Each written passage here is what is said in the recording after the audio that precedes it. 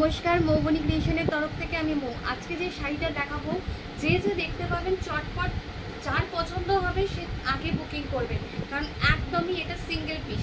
একদম এক্সপেরিমেন্টালি শাড়িটাকে বানিয়েছিলাম আমি, নিজে বানানোর পর নিজে দেখে নিজেই দুর্ধর্ষভাবে পাগল হয়ে গেছি।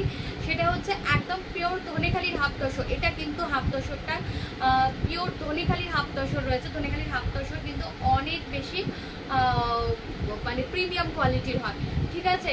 পুরো শাড়িটার মধ্যে এরকম বেনারসির বর্ডার বসানো হয়েছে, পুরো দুদিকে এরকম চওড়া করে স্কার্ট বর্ডারের মতন বেনারসি বর্ডার বসানো হয়েছে।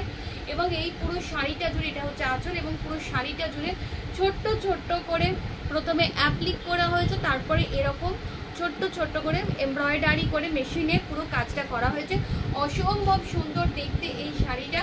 এই শাড়িটা যার পছন্দ হচ্ছে চটপট বুকিং করে ফেলুন। এগুলো হাফ তসর, কিন্তু পিওর তসর এবং পিওর কটন দিয়ে উইভ করা হয়, তাই এই শাড়িটা কিন্তু ভীষণ আরামের হবে। নমস্কার।